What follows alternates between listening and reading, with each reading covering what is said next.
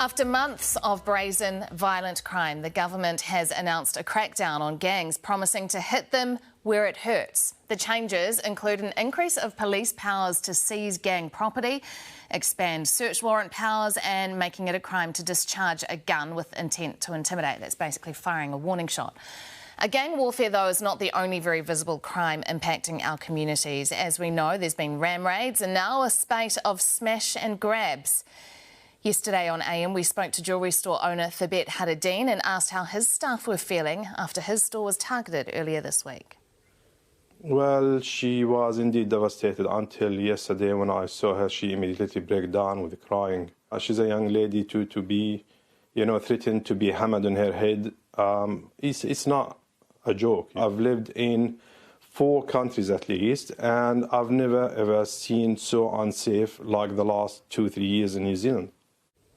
New Police Minister Chris Hipkins joins me now. Good morning, Chris. Thanks very much for being with us. What do you say to Thabet there? Oh, look, I completely understand the concern. It's not acceptable, the sort of escalation in behaviour, particularly around youth offending that we've seen with ram raids and smash and grabs. It's not okay, and we do need to continue to take action to follow up on those cases. But we've also got to take action to make sure we're getting those kids off the streets and into something more constructive. We're never going to be able to have a police officer outside every shop or outside every business 24/7. So what we've got to do is make sure that we're reducing that level of offending in the first place. Police are very proactive in following up on those cases and on making sure that the people who are engaged in that activity are held accountable for that. But we've got to do more in the prevention space there, and that's about getting those kids engaged in something that's far more meaningful. Yeah, prevention is important, but Thabet would also say he wants a tougher stance on crime and those who are offending. Can you promise him that? I can absolutely assure him that the police are following up on all of those crimes. They are absolutely committed, and I've been talking to them about this. I've been out visiting police stations myself. I know that police are working really hard to address, the issues created by those offenders. But we've got to do more as a country and as a government to make sure that we're preventing as much of that activity as we possibly can. And the police are limited by what they're allowed to do, right? So these announcements around gangs and cracking down on gangs, I guess, will give them increased powers. Is this a sign that the government is getting tougher on crime?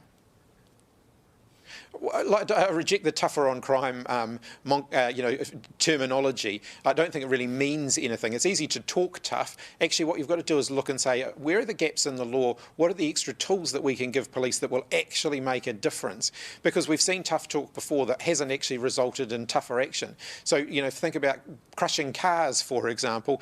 Actually, how many cars got crushed? I think overall, I think 1 car got crushed, and that was years after the law change was passed. So Parliament can pass sweeping law changes. The question is, will they work? So what we've done here is, in terms of the gang-related activities, we've looked at the gaps in the law, we've looked at the practical tool set that police have, and we've asked the question, how can that be improved? So the measures that we announced yesterday are designed to really target gang activity and also to really disrupt their business operations, including their drug dealing and all of the other illegal activity they're engaged in, because we know that that will make a difference. OK, but it's not fair to say that you're getting tougher on gangs. You don't want to say you're getting tougher on gangs. Oh, look, I don't have any tolerance for gang-related, criminal offending, but I don't just want to drive it underground. Some of the, proposals by the National Party, for example, you've had Mark Mitchell out there saying if it's driven underground and people can't see it anymore, he'll be happy. I wouldn't be happy with that. I want to see the criminal offending dealt to. I want to see it driven out of the community altogether. Driving it underground shouldn't be the goal.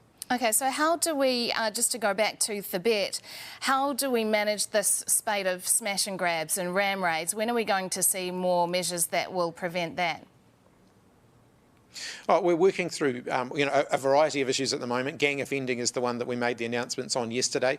We are looking very closely at youth offending, what more we can do in that area. There'll be more announcements on that in due course. That's not the package that we announced yesterday, but we're very, very aware of the concerns in that space, and we do think that there's more that we can do. So I haven't got announcements to make on that today, but I can give you some assurance that we're working at speed to work up further solutions to those problems. Will that announcement announcement be new measures, or is it going to be the detail of that $6 million that was going to be poured into bollards, but there was no detail around it? Oh, look, I think it will be a combination of things. You know, we'll be looking very closely at the prevention space, as I mentioned. Is there more we can do to get those kids off the street and into something that's not going to lead them to getting into trouble? And I definitely think that we're likely to see more in that space. But then, you know, we will also look at are there things that we can do to support businesses through this, to make sure that we're, you know, ensuring that there's good follow through where these sorts of incidents occur. Is there a plan to crack down on fleeing drivers? Again, that's something that we have actively under review. I've had several conversations with the Commissioner of Police about that. I've spent quite a lot of time with him in the last few days, and that has been a topic of conversation. And so, yes, I think there are likely to be further changes afoot there. I don't have a specific timetable on that. It'll be within the next few months, and you know, we're working through that at the moment. Okay, so when we spoke to you almost exactly 3 weeks ago, and to be fair to you, you were very new to the position then. You said that police pursuits was something that the police were very focused on. You've obviously spent a lot of time, as you say, in recent days. So still 3 months until there's a decision on that? Oh, I said within the next few months. I'm not going to put a specific timetable on it, but it's something that's under active consideration. Okay, just to go back to those gun measures now, the particular one around discharging a gun to intimidate. So this is basically being able to charge someone, and there's now a prison sentence of 5 years if they fire a gun as a warning shot. Currently, how often are people arrested and charged with firing a gun to intimidate? Well, the issue is that firing a gun to intimidate at the moment under the law is only an offence in that regard if you're doing it within a dwelling, within a household.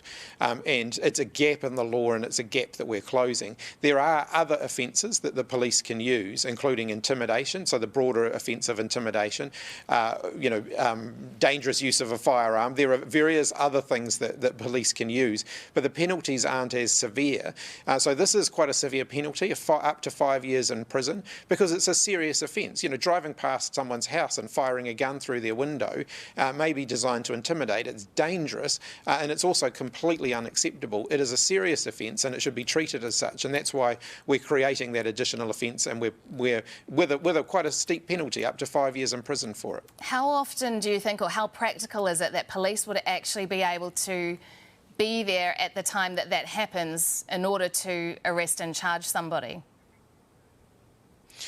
Well, look, the question really is whether they will be able to identify who the person was and then arrest them and charge them. That's a matter for the police. They've indicated that this is a law change that they would like to have in their toolkit, so we're making that law change. It's one that I think the public will overwhelmingly agree with, the idea that there should be a gap in the law that says you can fire a gun to intimidate people as long as you do it outside. It shouldn't be, the penalties should be softer. I don't think that's right.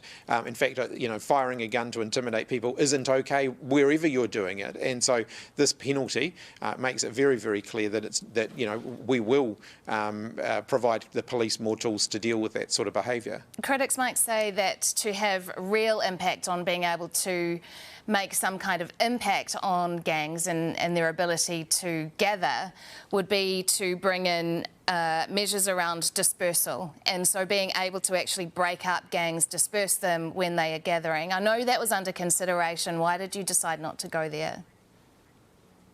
Look, ultimately, as I said, my goal here is not to drive gangs underground. It's actually to deal with their activities, their illegal activities, and the consequences of those.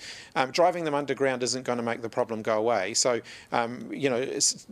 somebody telling them to take off their gang patches, making it harder to spot them in public, doesn't mean that the problem's not there.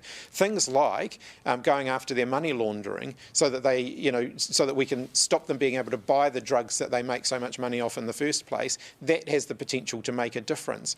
It's the illegal activity, so that they're making a lot of money off trading drugs at the moment. If we can target that more, and some of the changes that we announced yesterday will help the police to target that more, that's going to make a more substantial difference. Police Minister Chris Hipkins, appreciate your time this morning.